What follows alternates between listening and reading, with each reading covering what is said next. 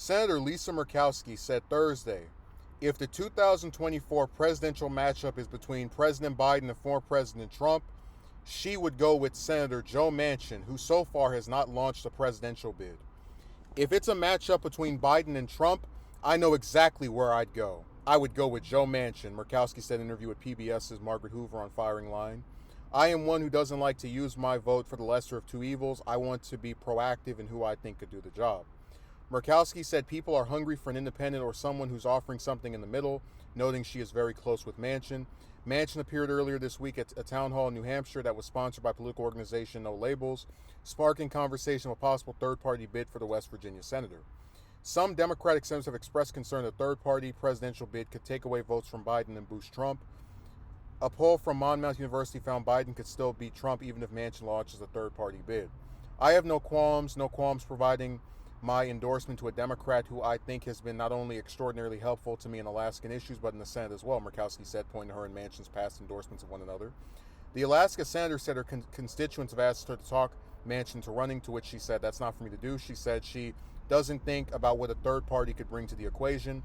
If we go into a 2024 scenario where it's basically a redo of 2020 between Trump and Biden, what does that say? That we have nobody better than these two, Murkowski said.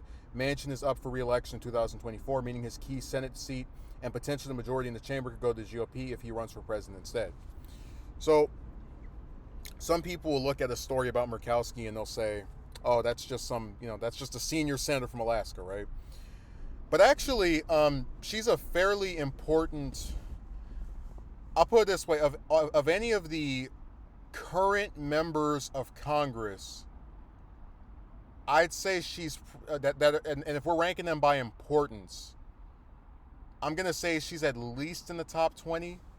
And her coming out and saying something about this is very significant in terms of giving us an idea of Manchin actually considering running for president as a third-party candidate, because he and Murkowski are very close to each other. Although, of course, I've said before, I like Murkowski because she has a lot of liberal leanings on issues like supporting same-sex marriage, for example, and abortion rights.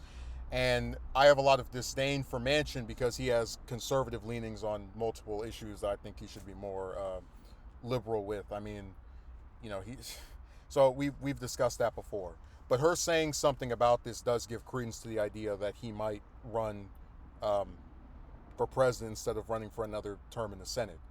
Now, where she says people are hungry for an independent or someone who's offering something in the middle, I mean, I guess. But the problem is, on a lot of issues, like if we're just speaking strictly from polling, things that we can prove with numbers that have been equated, these aren't my opinions, these are just things that are fact-based, as far as we can show where a majority of people support this, that, or the other. While people may say that they're open to a third-party candidate, in general, during the general election, I should say, you'll be lucky if that person can get even 8% of the vote, and they're guaranteed to not win any states, at least not in recent history, not in the last 40 plus years.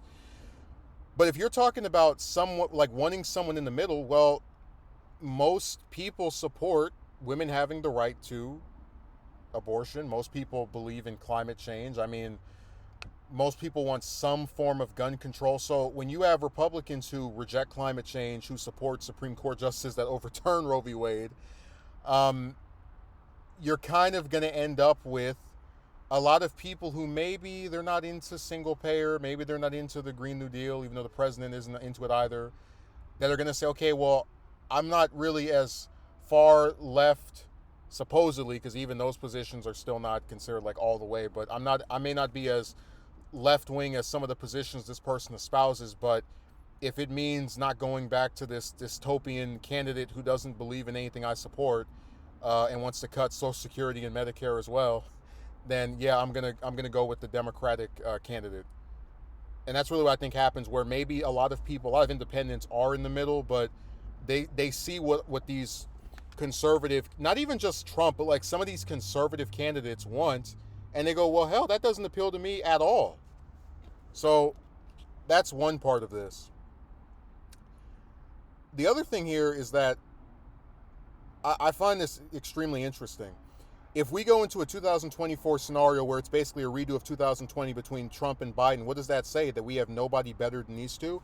Actually, what it says is that, and people will get very pissed off at me for saying this, I can already picture the comment section, but it basically says we have, what it should say is there is a two-party system that allows for a person at a certain point to become almost untouchable as a candidate.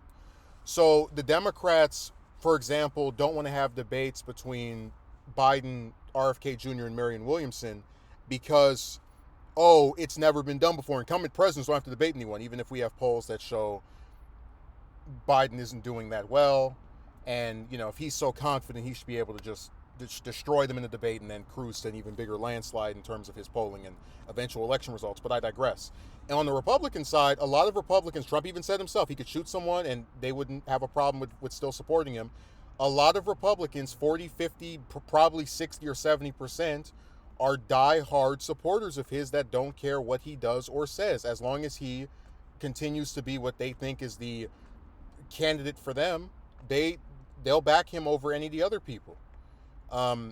So this really doesn't say that these are the only two options we have. It just says that we have two parties where a combination of both the party officials, if you're especially talking about the DNC, and the voters for the RNC, because a lot of Republican officials do want Trump out, but they can't stop people from voting for him.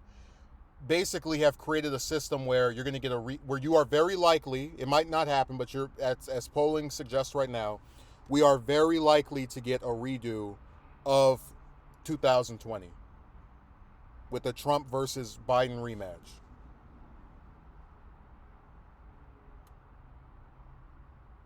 So Murkowski's comments are important because it highlights the idea that Manchin might run.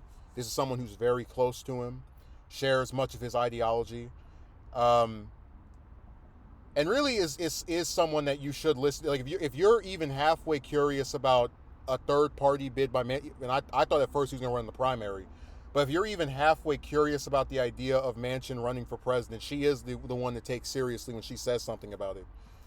Because this isn't some random commentator or politician. This is very likely one of his closest allies in the Senate.